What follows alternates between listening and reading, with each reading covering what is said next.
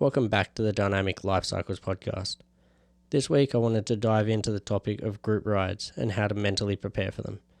As you'll hear, and I'm sure you've all experienced at some point in your riding journey, you're not the only one who feels anxious about joining group rides. To help tackle this, I brought on Jake Johnstone from the Mine Mountain. He is a coach out of Squamish, and I feel like he's a great person to chat about this as he's dug into the topic a bunch of times online. It was super interesting hearing him break it down, and we barely scratched the surface. So if you have any questions or concerns about what we were talking about, please reach out to Jake or myself and we'll do our best to help. Before we jump in, if you enjoy the episode or you enjoy any of the past ones, please get on and leave us a 5-star review, as it really helps us reach more like-minded riders. Enjoy the episode. All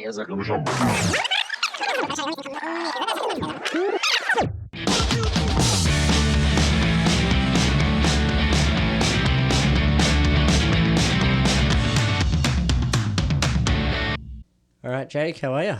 Doing great, thanks, Jared. Yeah. Stoked to be back here. Stoked to be in your new little studio here. Yeah, it's a sweet setup. Yeah, it's been a few. I don't know, what do you want to call it? Few months between, I guess.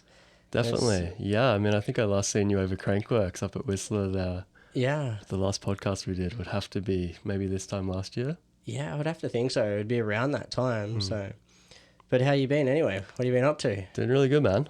Had a good day out on the trails today with a couple of clients. Yeah. It's been wild weather out there, as you know. Yeah. We got rain, we got sunshine, and a little bit of hail. Yeah. So okay. Mixed conditions up there in Squamish, but good times. And people are still keen to get out in the weather? Yeah. It's definitely takes a certain folk, but I think I'm a big believer in getting out there in those adverse conditions, because from a training perspective, it builds stronger riders. Yeah, for sure. And it's something you don't really think about practicing in until you're in it. And it's like, I know so many times that it would be pouring rain and I'd be like ringing people, hey, can you drive a shuttle for me? Can you drive a shuttle for me? And it's like, and everyone's like, why do you want to go out in the rain? It's like, it's actually quite fun. That's it. The hardest part is leaving the couch a lot of the time, I find. Yeah.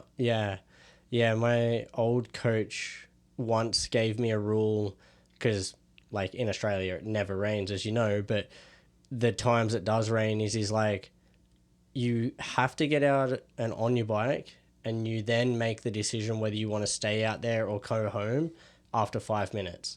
And if you decide after 5 minutes that you're going to go home, then it's okay. Otherwise, by the time you get out there and you've done all of the hard work of getting off the couch, it's like, by that stage, you're going to stay out there for a little bit longer at least anyway. Right, I like that one. I might steal that. Yeah, it's quite funny. I still get messages from him now, and he's like, you still doing the 5-minute rule? And I'm like, not as much, but yeah. Yeah, it's kind of dangerous over here. Yeah, it's a little different when it's bucketing with snow, but it's good. And how is the coaching business going? Yeah, it's awesome, man. I'm having loads of fun with it, I think. Just really, really grateful to be able to do what I love for a job. Still early days, right? It's only been this is the second season out there on the trails in Squamish. Yeah, wow. So I feel like I'm still learning lots, adjusting lots of different things, and just, figuring out what works best for my method of coaching and my clients. Yeah. But having lots of fun along the way. So yeah, that's so awesome. And it's like, I guess there's so many different questions I want to ask you about this, but with it being only your second season, have you found word of mouth is a big thing, or what's really driving people to come and see you? Because I even found when I was doing a bit of coaching, it was quite hard to break into that market, but it feels like you've done that sort of first sort of shatter. Yeah, definitely. I don't want to use the word done, because I definitely feel like there's still a lot of work I can keep doing in terms of building a sustainable business model, and having enough business for it to feed me year round, which is not currently doing yet.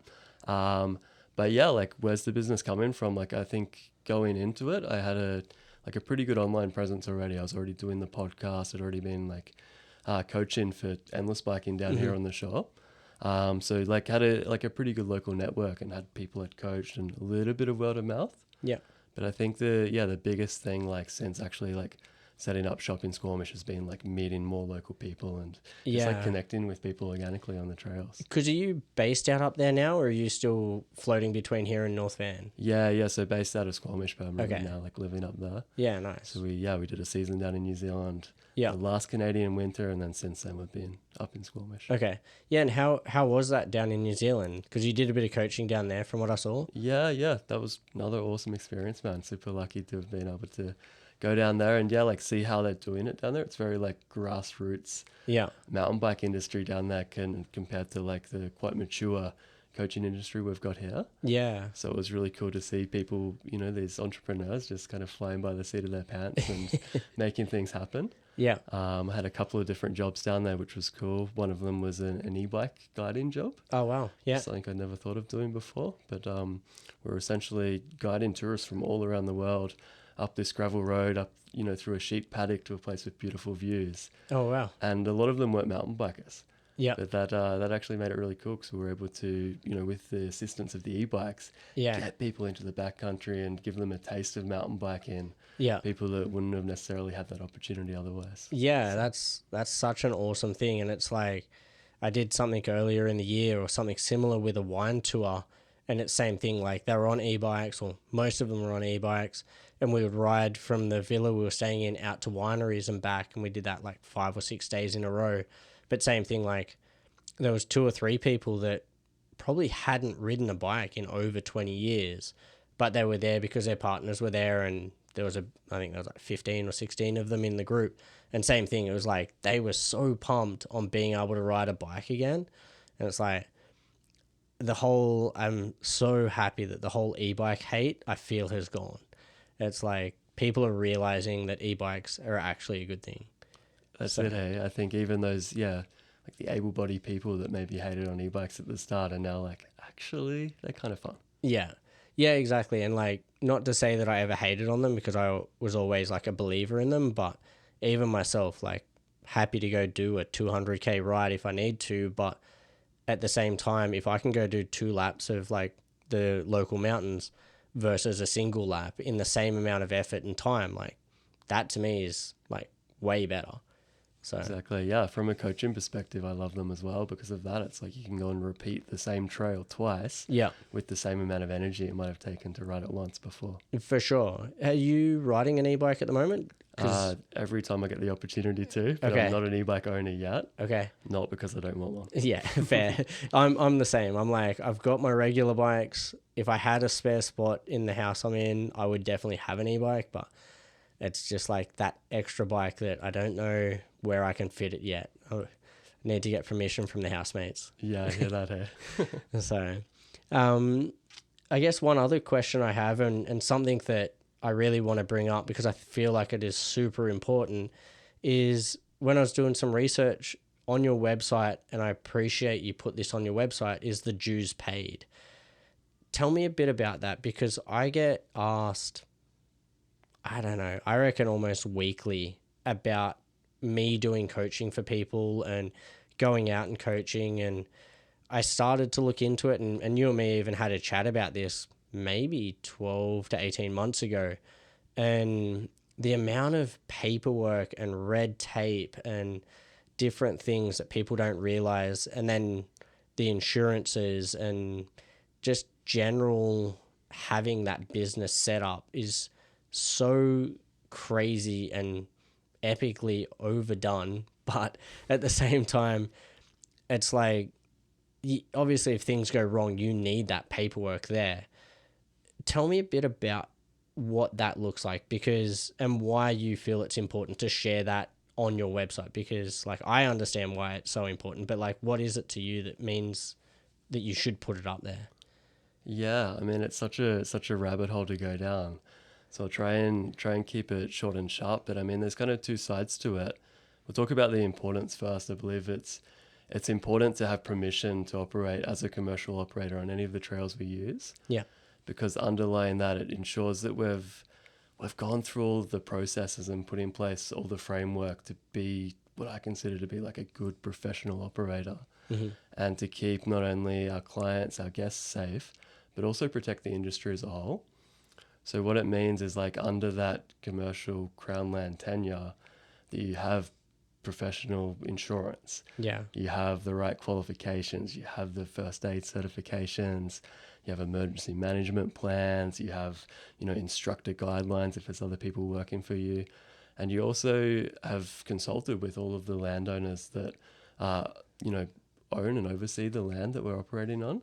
Our trail networks here in BC on a variety of different land that's overseen by a whole bunch of different bodies, from governmental bodies to First Nations to private landowners.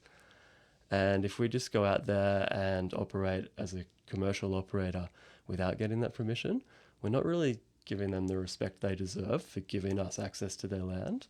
And then that puts like not only them out there as a guide at risk, it puts the whole community at risk.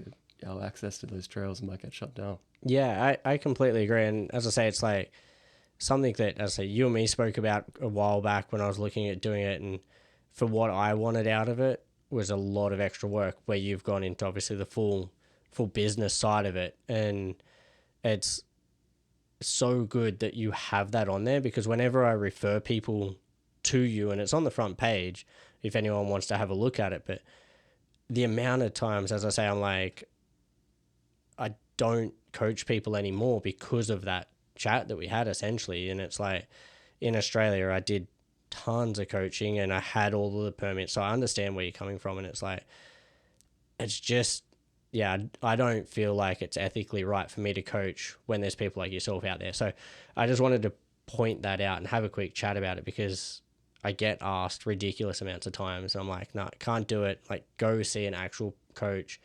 Go see this website, whether it's yours or whoever, depending on what they're chasing and how they're looking for certain things. But it's definitely a big point, I think, that a lot of people need to understand. And I like the way that you say it's, a lot of it has to do with being respectful to the landowners. And I think a lot of people don't realize that if you were to look at Seymour Mountain, I think there's 4 or 5 different landowners across the trail network. And it's everyone from like the district of North Van to the city of North Van to Crown land to other private owners. And to be able to coach on certain trails, you need permission from 4 to 5 different people. So it's like, if you were just up there just doing whatever you wanted, it's not really right, I don't think. But yeah, and it is like, because of the complexity there and the amount of different landowners, it is like a big, long, frustrating process. Yeah. That takes years and costs a lot of money as well. So I see that side of it. But then, yeah, like, as from a client's perspective, seeing that check on someone's website, and that's why it's on the front page there, kind of shows you that they've got everything in place, and this person is in business, doing things properly, paying their dues, and also giving back to the community as well. Another part of that is an agreement with the local Trails Association. So for me, that's Soccer up in Squamish. Yeah. And that ensures for each client I take out on the trails each day, I give a certain contribution back to the trails as well. Yeah, which I think is so awesome as well. So So really appreciate you taking that like respectful standpoint there as well. I know for a lot of people out there, it's really tempting to just go out and start coaching and start guiding. For sure. And I remember when I was that guy asking my old bosses, Darren and Kelly, at Endless Biking, they're like, how does this all work? And they told me, I was kind of like, whoa, that's a lot. Like, and I actually like sat on it for a couple of years. I was like, is this a process I want to go down? Yeah.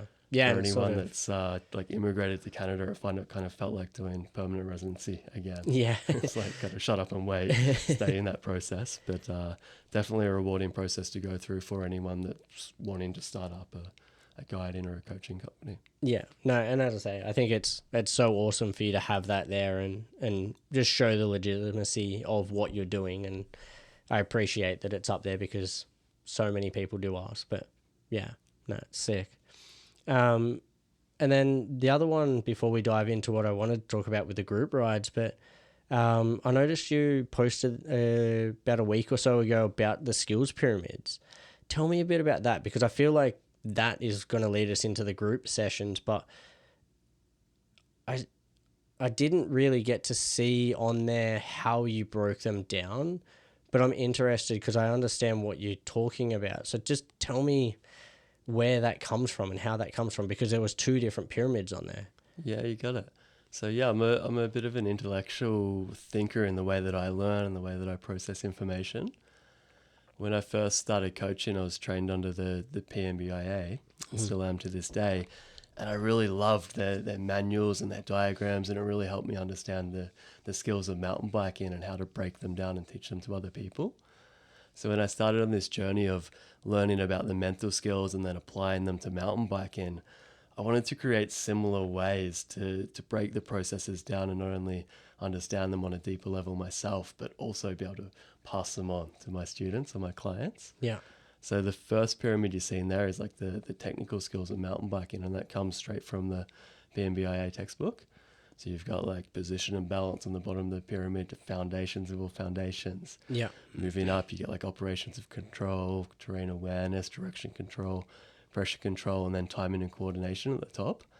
So that not only like gives instructors a framework of how or where each different skill fits in, it also gives them a bit of an idea of like which skills are most important and where to start when we start coaching someone. So yeah, when I learned about the mental skills, I worked with a whole bunch of different coaches, different mentors. Some of them were from mountain biking, but a lot of the other sports psychologists I work with are actually from different sports.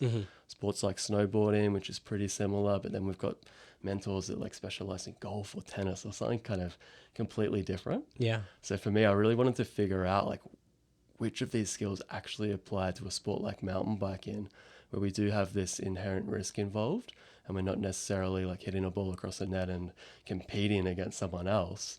It's often a very individual sport. So diluting all those skills down over a few years, what I came up with was a similar pyramid where we've got motivation at the bottom. Move up, we've got anxiety, concentration, confidence, imagery, and then decision making at the top there. Okay. So I kind of use that as a framework where I fit all of the nuances or all of the strategies into that framework. And it helps me make sure I blend the right mental skills with the right technical skills at the right time in a rider's progression. Yeah. So break that down for me. So you've got foundations and motivation together. How do they pair together? Like that's obviously your starting point, and is it? Yeah, I guess break that down for me versus me taking a guess here. Yeah, you got it. So like, yeah, the stability and balance on the technical skills pyramid, and then the motivation on the mental skills pyramid, they're our foundations together. Yeah. So stability and balance, a lot of the mountain bikers listening here will know what that relates to. A lot of it relates to our body positioning, how we're standing on the bike, how we're moving on the bike. Mm-hmm. The motivation on the mental skills side is like, why are we actually riding what we're riding? Why are we actually trying to do this? Yeah. Is that coming from an internal standpoint? Do we want to do it because we feel like it'll be a cool challenge for us? We're excited about it. We think it will be fun. Yeah. Or are we trying to do X, Y, or Z because we think it will look cool on Instagram, or because we're trying to keep up with our buddies who we think are really cool, or because we think we should be able to do that because we've been riding for X amount of years? Yeah. So from the start, I want to make sure the riders I'm working with are setting appropriate goals. Yeah. If we go out there from the truck and we're going towards goals that are not appropriate, that's just going to create stress, right? Because we start focusing on things that are outside their realm of control. And it doesn't matter how good their position and balance is or how good their cornering is. If they're stressed, they're going to have that mental interference that takes away from that ability. For sure. And that's definitely, whenever you're going into something new and trying a new skill or a new feature or whatever that is, I guess that is like, yeah, definitely the first question, and that makes a lot of sense. And then what was after that? You had the, what was the... Yeah, so anxiety is the next one on there that we talk about. And that's not necessarily talking about like clinical anxiety. It's talking about this, worries, fears, nervousness or unease that might come up in relation to experiences we have out there on the trail. Yeah. So once we're sure that we're going after good goals and we're setting appropriate goals, we might find that in situations where we feel challenged, we will experience some level of anxiety on the trails. For sure, yeah. So that's where we'll work with clients to blend in a couple of different strategies, depending on who they are and the challenges they're facing, but blend in some strategies. probably the most simplest form of that is a little tool like called the mental skills journal. Mm-hmm. You might have seen that in the video on pressure there as well. That's on YouTube for anyone that wants to watch it. But the mental skills journal is just a way of bringing some of this talk or some of these abstract concepts down into a physical form and actually using them in our ride-in. Yeah. So what we'll do is we'll set an intention for the ride. Again, we'll make sure it's an appropriate intention, the motivation's coming from the right place. And then we'll come up with a bit of a plan, which is just 2 to 3 skills, mental or physical, that'll help point us towards that intention. Once we get out there riding, if we feel like we're getting a little bit challenged, we're feeling some of that mental interference or anxiety come up, often going back to that plan can be a good way to refocus. Mm-hmm. What was I trying to achieve here? What were the tools I was going to focus on? Cool. Point us back towards the intention. Yeah, for sure. Another, really foundational way we'll manage anxiety is using breath work as well while we're riding. So breath work is probably a bit of a buzzword in the self-help world these days. And I know there's lots of different iterations of it. Different methods work for different people. And I think there's no right or wrong, but generally we'll find when we take longer, slower exhales, will help our nervous system calm down. Will help trigger that relaxation response. So that can be a great tool we'll use out there on the trails. Maybe taking a moment, hiking back up, taking some nice deep, long breaths to calm ourselves down. From there, we're often able to think a little bit clearer, maybe have a bit of a reset and ride the section of trail we want to ride. Yeah, one that I've used a lot with more on beginner skills. I wouldn't so much recommend this in an advanced situation, but if I find somebody holding their breath, and usually holding their breath relates to what you're talking about with the anxiety and the fears and the different bits and pieces and things like that, is either sing a song or sing a lullaby. And I'm sure you've done this as well with people, but it's like it just creates, I don't even know what you want to call it, but taking their mind off the task at hand. They are able to relax and they get back into that rhythm of breathing. I do a lot of like coaching in the indoor like jump park down here in North Van, and it's like with that side of things, people hold their breath over the jumps, and it's like, all right, I need you to sing a song either internally or externally, I don't care, but it just makes them breathe, and then they relax so much more. So yeah, I completely get the breath work thing, and it's quite funny because whenever I get on and do a demonstration, someone's always like, remember to breathe. Yeah, exactly. And yeah, I love that example. My client today was singing Queen as she went down the rock rolls. It was awesome. I think it's two parts. Not only does singing or humming help you remember to keep breathing, it can also form part of like a positive stimulus response, which is where we pair a certain physiological state to a certain trigger, and that song or that act of singing can become the trigger if we practice it enough. Yeah, interesting. So, super interesting one. One more thing I wanted to add on the breath work. I think a lot of riders know that breathing is important by now. When they stop breathing, they'll stiffen up. That's detrimental to their performance on the bike. Yeah. But often we'll start to breathe by breathing in. I don't know about you, but I find when I breathe in, and then I get onto the skinny or I get onto the rock roll, that extended section of jank, it's still you quite hold easy it in to hold my breath. Yeah. All right. So I actually got a great tip a couple of years ago from a friend of mine who used to race motocross bikes competitively. And what he told me was right as he would come into a corner, he would exhale. And that meant that when he was in the hard bit, or that bit where he was prone to holding his breath, his body naturally needed to inhale. So that cycle of breath was complete without having to consciously think about it while he was in the hard bit. Yeah, that's really interesting because, whenever I've talked about breath work, it's always been depending on like where your body is positioned in the movement is related to where the breath work is. And obviously, exactly as you're saying, it's like you would not naturally take a breath in, and then realistically you should technically breathe out as you're relaxing, and then you breathe in.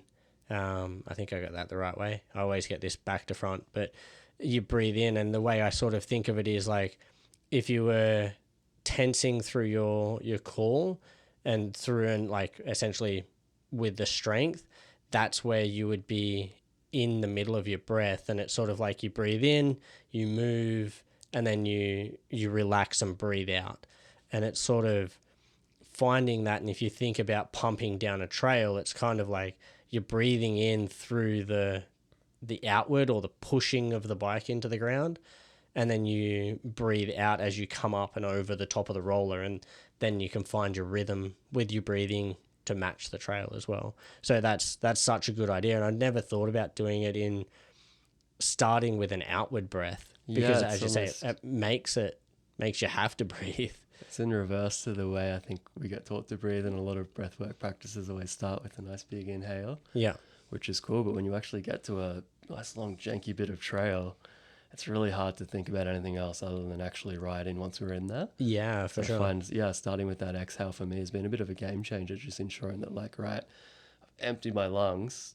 Yeah. When I'm in that hard bit, now I'm going to be breathing. Yeah. And that's kind of set. Yeah, interesting. Yeah, I'll have to try that. Yeah, we do, as I say, with Bond Training, we do a fair bit of work in the indoor center there, and I'll have to try that with the clients in there, because it's always an interesting one for sure. And then moving on and talking about what we're talking about there with the triangles, the pyramids, I should say, moving into the group rides. Like, I saw you did a post quite recently, and this is like the main reason I guess I wanted to get you in and on and chatting and things like that. But it was about like anxiety in group rides and how to overcome that. And I've had situations in both directions, and I feel like it's a conversation I have with a lot of people where I'll get to the bottom of a hill with a group or a slower rider, and they'll be like, oh, you go at your own pace and I'll just meet you at the top. And I'm like, no, like, I invited you to come out on this ride. Like, I want to ride with you, so I'll ride at your pace. And if that pace means that I'm doing like 10% of what I can ride at, or 100% of what I can ride at, then that's the pace that we ride at. And it's sort of one of these conversations that I think so many people build up in their head, and understandably in group situations it's hard. And I think there's like two aspects of this, and this is where I wanted to get you and talk to you about this, because I do think there is two aspects. And it's like, there's people that are comfortable riding with a faster group even though they're not as fast. And what you were talking about in the video is, and if anyone hasn't seen it, I'll put a link in the bio, but also jump onto Jake's Instagram. There is where I saw it. And I think what you were talking about is like how to confront those fears a little bit, but almost also for the people that are in the opposite position where they're easily much stronger than the rest of the group, and how to work that into your ride, so then it doesn't feel like you're lagging behind and hating, and how the rest of the society will see you if you don't achieve your, I don't know, 30 kilometer an hour goal when you're riding at 15 kilometers now, like, so like, let's break it down a little bit and things like that. And how, I don't even know where to start this conversation, but like, what are some of the things you've seen on the trail and had conversations about with that? Yeah, it's an interesting one. It came up like in relation to, a lot of the conversation I would have with my clients and even with friends, and then just from experiences I've had. Obviously, I get the pleasure of getting to ride with people from all different walks of life. On one end of the scale, I'm riding with sometimes complete beginners through my work. Also getting to ride with people like all the way through their progression up until like my skill level, and even sometimes better than me.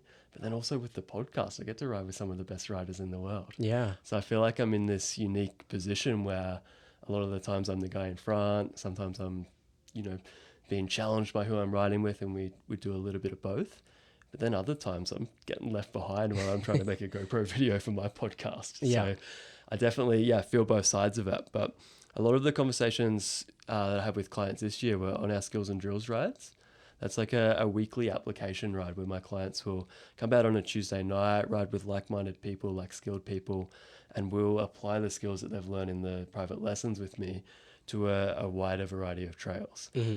So on each one of those rides, we'll chat about a theme skill on the way up. Sometimes it's a skill from the physical world, like cornering or break-in. Other times it's a skill from the mental skill set. So one that kept getting requested and I ran 2 or 3 times this year was like how to manage pressure on group rides. Yeah.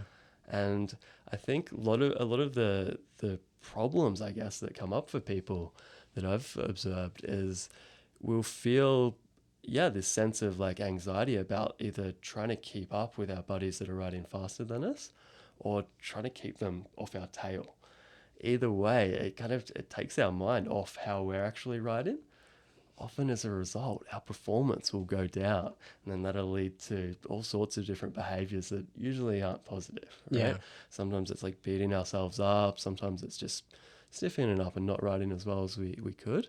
Sometimes it leads to us like, walking a feature and then walking the next feature and the next feature. And before we know it, we've walked down the whole trail while also worrying that we're holding our buddies back. Yeah.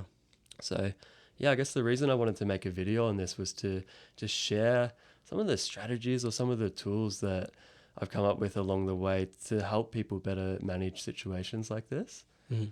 So, do you want me to keep going? Yeah, for sure. Like it's exactly what I'm thinking. And it's something that you just mentioned there and I hadn't even thought of it, but and it's actually something I've had conversations about is sitting at the top of the trail, who drops in first? And it's like everyone will sit around and be like, oh, you jump in first. And it's sort of like, no, I'm slower. I'm happy to jump at the back. Or I'm having a chill day. I'm just going to jump at the back. And then they sort of turn around and everyone's like, the group's like, no, you jump in first. And then the whole way down the trail, they're just buzzing your wheel. And I hadn't even thought of that in my notes here, but it's definitely something that happens that also adds to that anxiety of like, I'm not fast enough to be at the front. I'm now leading the group and going from there. And as I say, there's so many different aspects we can go with this. It's crazy. But so I guess, break that down a little bit more in the sense of once you're at that top of the trail and like some of the anxieties you feel, or even, I guess, does it start before that? Like where does the preparation start for a group ride for you? Yeah, I guess like it's important to acknowledge that situations like this are going to show up different for everyone. For sure. And I do, I like to say at the start of a conversation like this too, like it's okay. What we're feeling is human. Yeah. And it's good that we're feeling emotions like this. It means that we're human, we're alive. Yeah. If stuff like this didn't happen, our life would probably be pretty boring. Yeah, I would agree. Albeit situations like this can be challenging sometimes. So yeah, for sure. Like with that video I made, I wanted to really focus on like the how and give people some tools to take away. Yeah. So I wanted to make sure we really got to like the root cause of this pressure we feel, which I consider more of like a symptom. Like we're feeling a pressure or an anxiety. Like why are we feeling that? Mm-hmm. And what I kind of boiled it down to is it seems to be often we're trying to control things that are outside of our realm of control. Yeah. Whether that be someone else and what they're doing, or whether that be like the situation we find ourselves in. Yeah. So in order to bring some of that control back and hence like reduce some of those unknowns and some of that anxiety, I divided it up into 3 parts. So the first part is like before the ride. Thinking about it, it's like, okay, we're about to go onto a group ride, let's say with some new people we haven't ridden with before, maybe even some people we haven't met. What can we do before that ride to perhaps try and set ourselves up for success, or to just try and paint a little bit of a picture in our mind of like what to expect? So what did I have in the video? I had like, maybe just talking to whoever you're communicating with about like going on this group ride. Hey, like, what's the vibe of this ride? What should I expect? Are we doing shuttles? Are we pedaling? Are we doing top to bottom laps? Do these people like going fast? Do they like stopping and looking at features?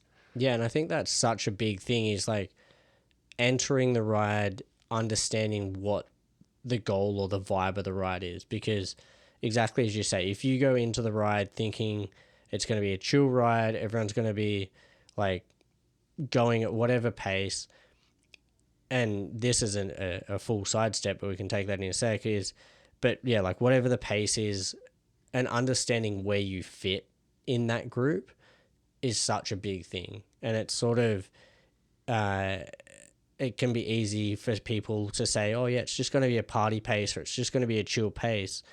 But when it's a chill pace for them, it may be a flat out pace for you.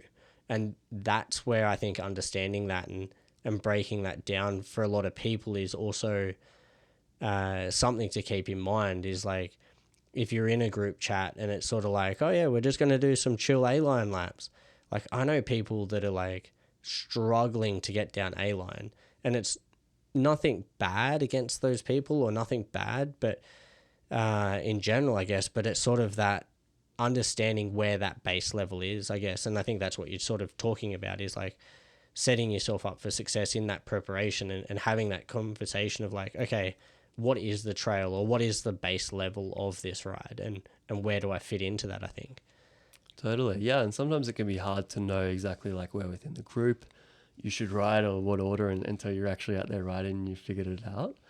But I think my goal is always to put myself in a place where I feel comfortable to be able to figure that out mid-ride as well. Yeah. So yeah, asking some of those questions like, what trails are we riding? Who are we with? What's the vibe? I think that's a question I usually like to ask. Yeah. Because we can ride A-line and it might be really chill. We might be just like going down to suss out the moon Buddha and suss out the different jumps.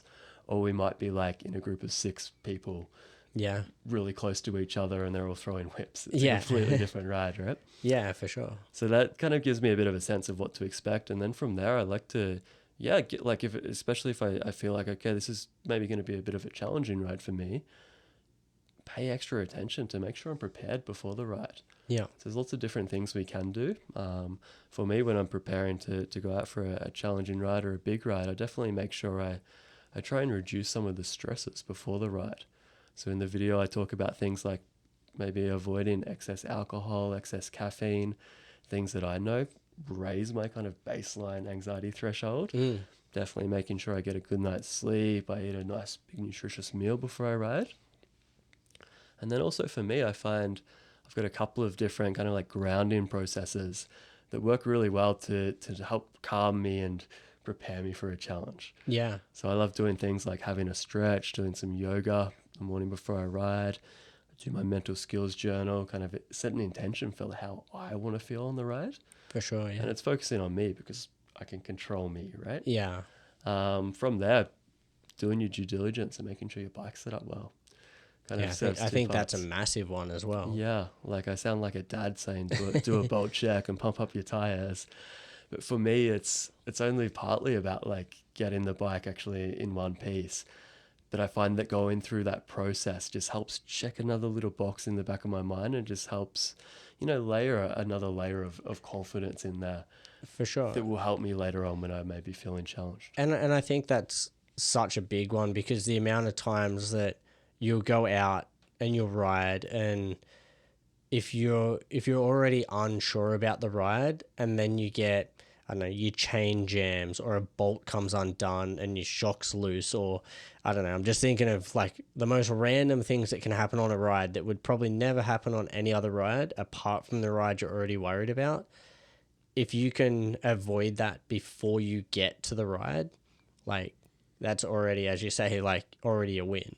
That's it, right? Or you rock up and everyone's about to drop in and you realize you've got 10 psi in your rear tire, and then you're already holding the group up before you've even started, right? Exactly. It can just cause the brain to start kind of going down rabbit holes you don't want to go down. Yeah, and I even believe that in the racing sense as well. So like it would be get everything done to minimize what you had to do on race day. So whether that be that you had to, obviously you have to enter the race, you have to go through, get your bike set up, you have to make sure you've got all the right gear, the right nutrition, the right whatever it is. So when you get to that race day, there is literally nothing more for you to do other than ride your bike. And it's like, it's quite, I don't even know what the right word is, but almost funny how many professionals get to race day and they've forgotten something.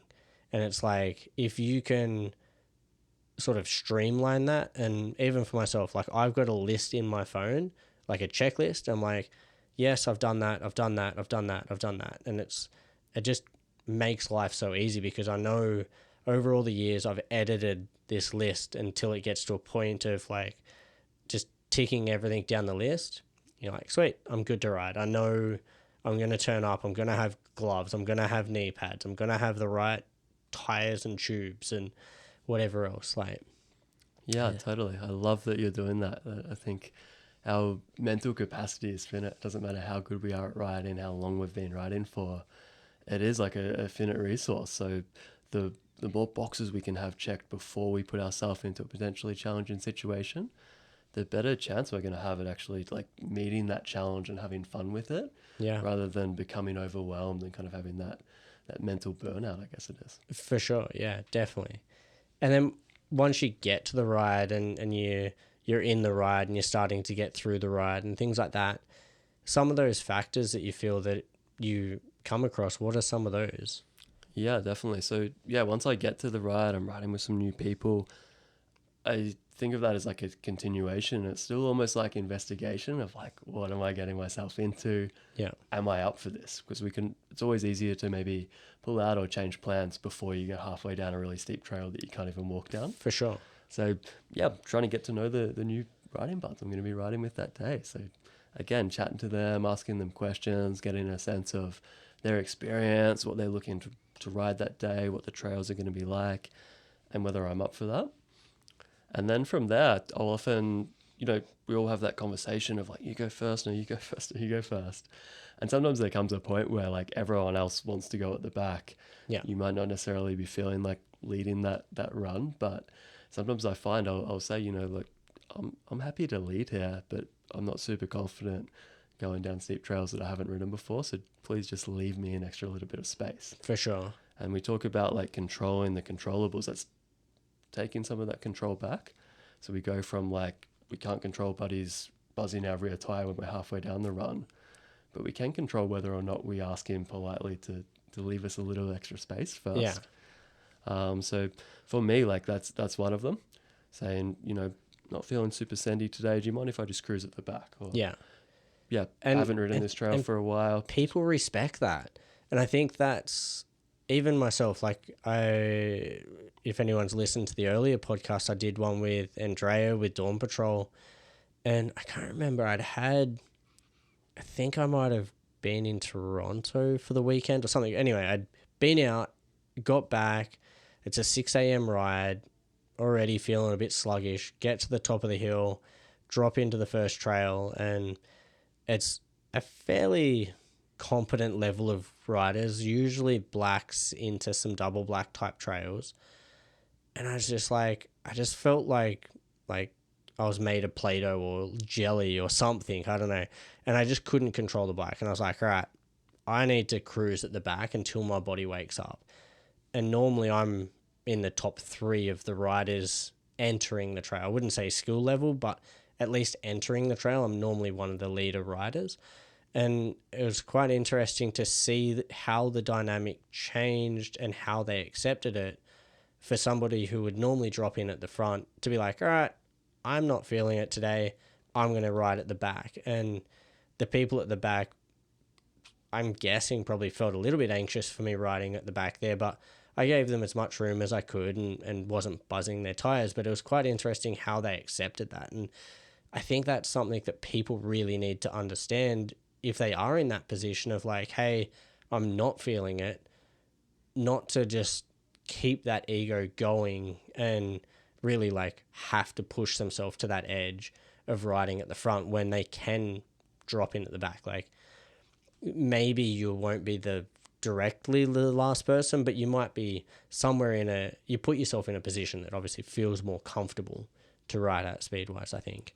Yeah, definitely. And I find it's interesting sometimes, voicing how I'm feeling on a ride, or clients will tell me when they said, hey, I'm feeling pretty fried today. It's been a big week. I'm just going to cruise. Often there's at least someone else on the ride that's like, yeah, me too. We'll hang out at the back. Like, oh, good. And it almost like diffuses the whole pressure of the situation and chills it out a little bit.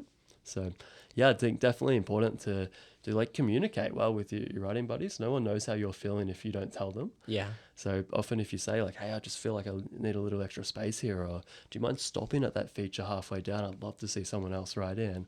All of a sudden you'll find if they're good people, they're going to be like, yeah, sure, I'd love to tow you into this. Like, Yeah. follow me in. And all of a sudden it's a more fun ride for everyone. Yeah, definitely. And yeah, that, like, I've been in that position in both ends of the scale where someone's been like, hey, I'm not feeling it, like, let's just cruise. And I'm like, sure, I'm down for that. Or like, I've been in the position, and as I mentioned just then, is like I needed to be riding at the back versus the front. And I think it's such a big thing to be okay with. And it's the rest of the group needs to be okay with accepting that as well.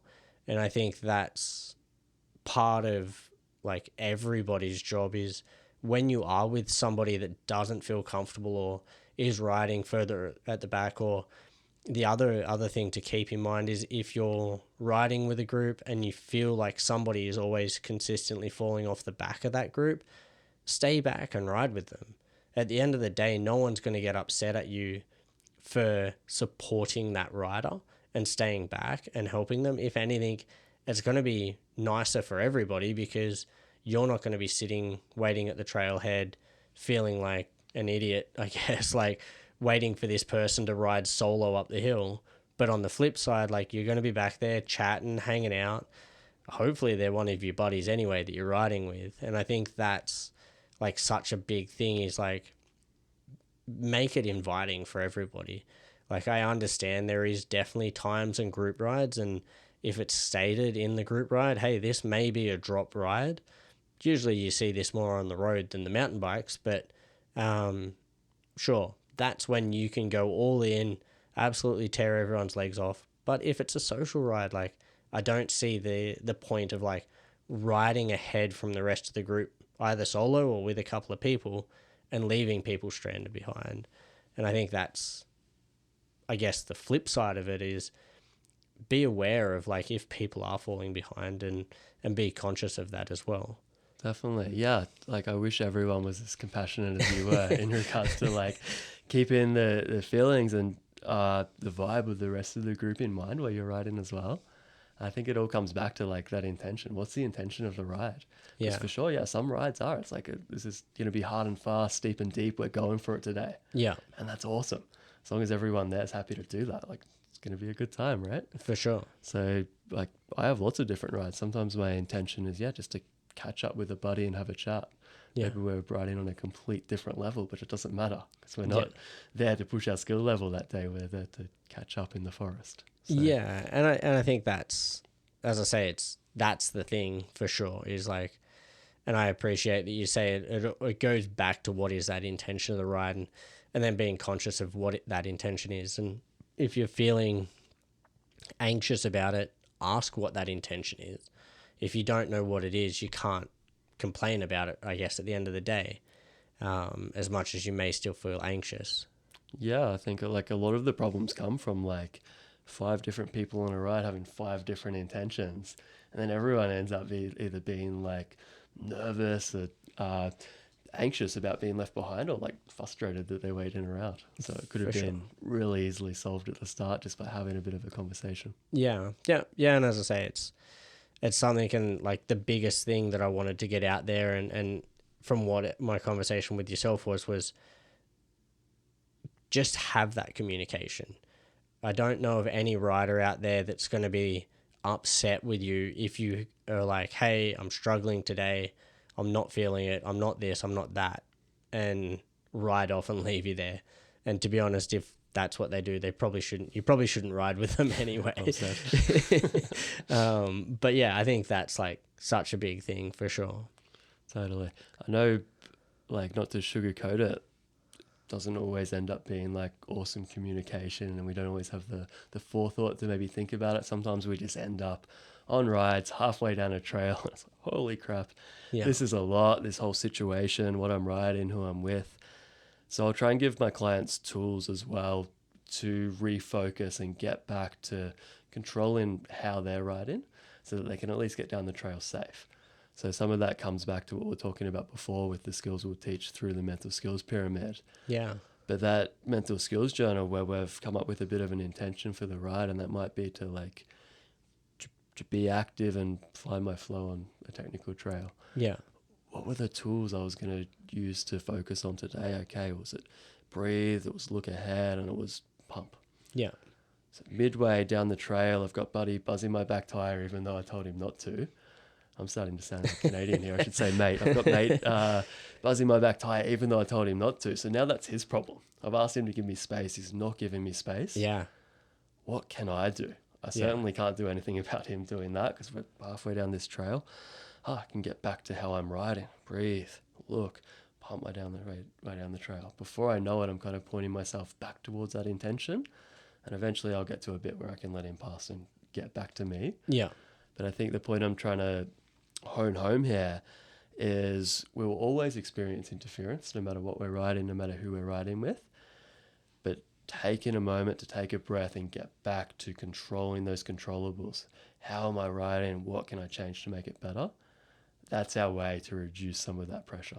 For sure. And something that just popped into my mind then, and I feel like I've been on both ends of the stick here, but if somebody is buzzing your tire, there's no shame in saying, hey, do you want to, like, literally while you're riding, just yell out, do you want to come past?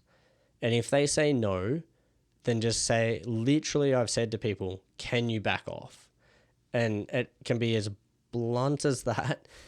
And they will get the picture pretty quick that you are feeling uncomfortable. And it's something I hadn't thought about until you just mentioned it then. But there's obviously no shame in letting somebody past.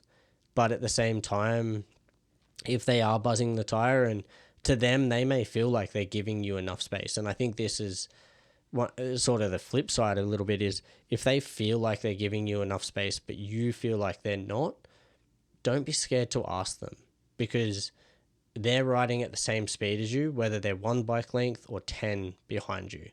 It doesn't make any difference there. And I know playing games and also somewhat doing it on purpose, if you're behind somebody and you're skidding and braking and making a lot of noise and jumping into turns and just making yourself aware, or making them aware that you're there, is intimidating without a doubt. And as I say, I've done it on both situations, whether like to annoy the person or whether just to play games. And if that person in front of you doesn't want that, please yell out. Like, and I should preference that with saying I've only ever done it playing with friends, and if somebody drops in on me on a trail that they shouldn't have dropped in on, totally. that they didn't check their shoulder. But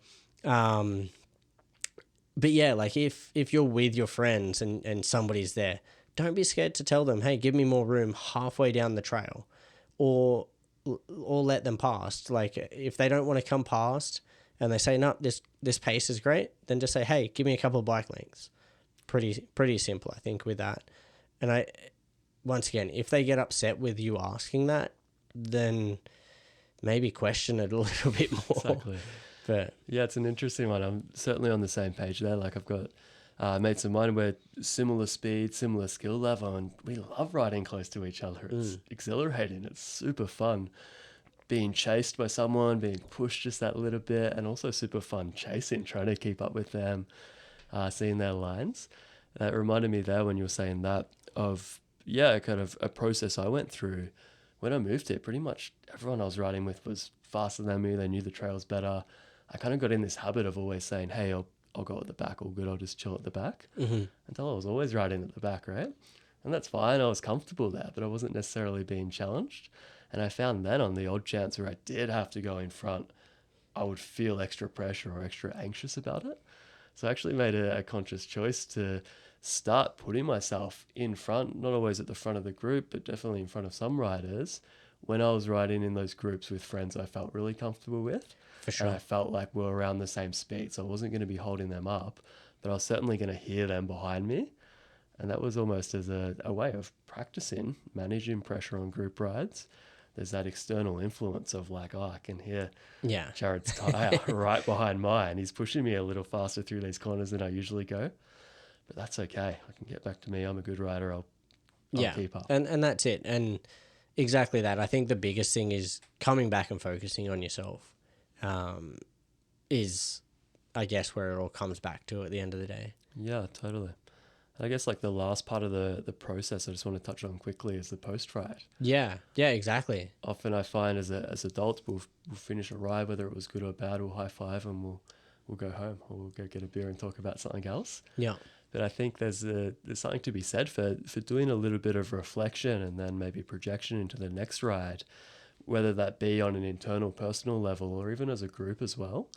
I find it really, really beneficial to reflect on my wins. That helps me build self-belief, which then gives me the ability to try new things and build confidence. Quite often I find as adults we'll focus on what's not working for us in our riding. Yeah.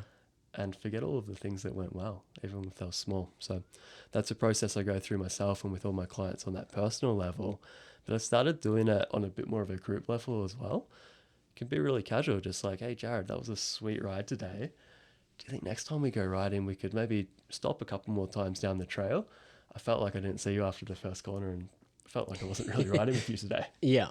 Yeah, and I think that's such a good point, is expressing yourself throughout, whether it's throughout the ride or at the end of the ride, and finding obviously the right time to talk about that is sometimes hard, and I guess a lot of the time awkward to say that sort of thing, but it definitely helps with the overall group and the riding. And if you say something like that, a lot of the time someone else will jump in and contribute to, whether it's like, hey, can we stop at this feature next time, or can we do that, or next time can we take it a little bit more chill, or whatever the reasoning is that you need to reflect on that ride. And as you say, like, you can always like preference it with a couple of wins of the ride and how sick the ride was and how you enjoyed a certain feature or whatever. But then obviously if you're feeling that something wasn't quite right throughout that ride, bring it up. Like, it's not hard to, well, I guess it is hard to say, but at the same time it shouldn't be hard to say. Yeah, it can be. I think it depends on who you're riding with and how comfortable you are with them, for sure. But I think even just like starting with a question like, oh, how's today's ride for you? Yeah. And maybe they're feeling a similar way already. So then all of a sudden the conversation becomes really easy to have. Yeah, that's a good point. Maybe they're on a complete different planet and they're thinking about like, oh, that was the best ride ever. And you're like, that was horrible. Maybe we need to have a bit of a conversation. Right? Yeah. But yeah, definitely just like opening those channels for communication, I think, can be a really important way and a really powerful way we can bring some of that power back, control the controllables, and set ourselves up for some better group rides in the future. Because I guess like the base of this is we're trying to have more fun out there more often. Yeah. In more different situations, different groups, different trails with different people, which will ultimately allow us to get more out of mountain biking. Yeah. Yeah, and I think that's, at the end of the day, what we're trying to achieve. That's right. Sure. I think, yeah, no matter what our goals are, we're all kind of trying to achieve our own version of high performance, whatever that means for us. Yeah, exactly. Before we finish up, I just wanted to ask you a bit about your new online stuff. Tell me a bit about that. Like, I don't even know what you can actually share about this side of things, but I saw you posted about it. So yeah, tell me a little bit about that and how that's going to come about. Awesome. Yeah, thanks for asking. Happy to share. Yeah. As much as you'd like on that one, but that's kind of an idea I've had on the back burner, kind of cooking away for a while now. When I first started teaching these mental skills specific to mountain biking, it was actually online. Mm-hmm. That was while I was still working for Endless Biking, doing the technical skills coaching with them. And I didn't want to go down the rabbit hole of getting tenure and doing insurance and all of the stuff that's required to actually run your own business and coach on the trails. For sure. So I thought, hey, why don't I coach this stuff online, separate, and it will be its own separate thing. And it worked really well. We had some really great success with a couple of clients I worked with there, helped them work through some of the mental barriers they were having in relation to their mountain biking. Mm-hmm. From there, I decided, hey, this would be so much more fun for me and so much more effective for my clients if I could blend both the mental skill set and the technical skill set on the trails. So that kind of led us to go down that pathway and start the business in Squamish there. Okay. The whole time I've been doing that, I've been thinking, gee, this would be even more effective if we had an online component as well. Yeah. That way my clients could come into these classes with a baseline level of knowledge and have done some of the mental skills coaching that can be done really effectively off the trail beforehand. We're not having to stand out in the rain in Squamish and do lots of talking. Yeah. We're able to get to the riding and apply the concepts in the physical. So is it like a Zoom call type thing, or is it more video focused, or? Yeah. So just finishing there and getting to like all good, I'll answer that in a second, get into like the online stuff. Throughout this whole process, like I personally love doing a bunch of other mountain sports as well. I snowboard, do a little bit of skiing, rock climbing, trail running, all the fun stuff there in Squamish. And I've kind of realized that these skills aren't unique to mountain biking. They apply across the board, and quite often in mountain sports we're facing similar challenges, be it like fear of falling, be it, competition, be it pressure from groups. So for a while I've wanted to, I guess, offer these skills or make them more accessible to more people. So the whole idea behind the focus formula online is to do that. So that's there available for mountain bikers that don't have the means to come here to BC, to Squamish, and work with me in person. Mm-hmm. But it's also there for other mountain sports athletes that maybe facing barriers of their own in reaching their version of high performance. So yeah, getting back to your question, that all starts with an online portal where there's a whole bunch of videos and worksheets to go through, which is kind of like a foundation level of knowledge, stuff they can go through on their own. And then from there, we get into a bunch of one-on-one coaching sessions which happen over Zoom. Mm-hmm.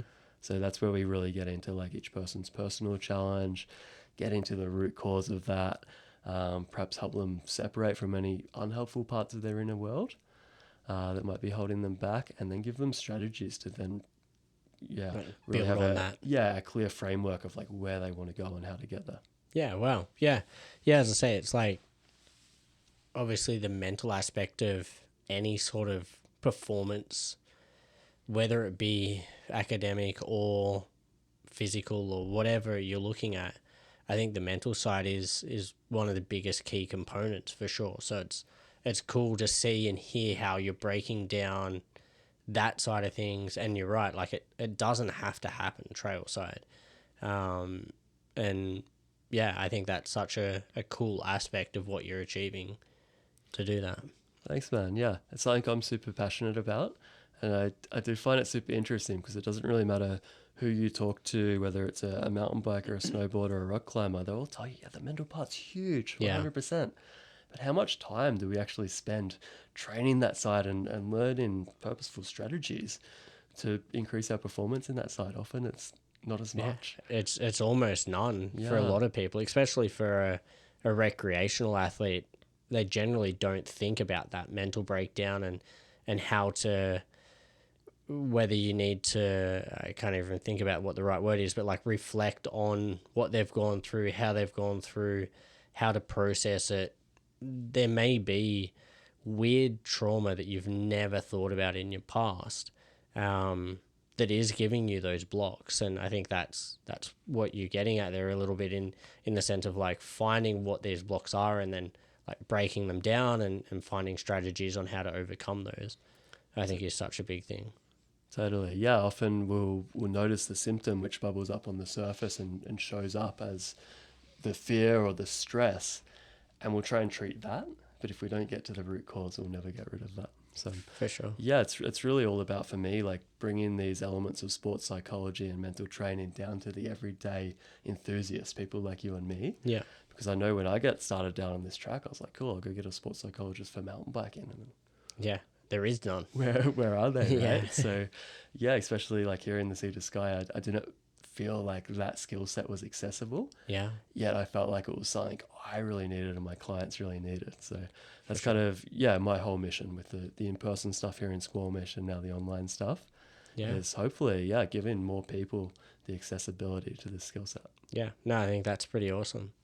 So, yeah. How do people get in contact with you? What's the best way to get in contact and where should they do that? Yeah, super happy to have a chat with anyone that wants to have a chat.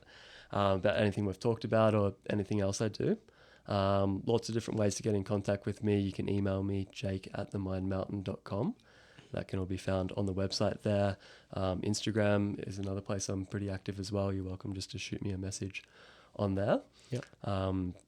Other contact methods like phone number, if you're old school, is all available online as well. Okay, awesome. Yeah, so, and the website exactly was themindmountain.com? Yep, you got it. Easy. That's pretty easy to remember. So, yeah. No, well, thank you for coming on and chatting and breaking down all of this. And I really hope that it does help people sort of get out there, group rides, and move up in the world in stepping stones of how to do that. And exactly as Jake said, like, we've both been in these positions, and you can talk to anybody that's done any form of sport. I'm sure you've been in the position. So, yeah, don't be scared to reach out to even myself or Jake for that matter. So, yeah, cheers for coming on. Awesome, man. Well, thanks for taking the time to have me here. I really, really appreciate it. And yeah, great questions, man. No, cheers. Thank you.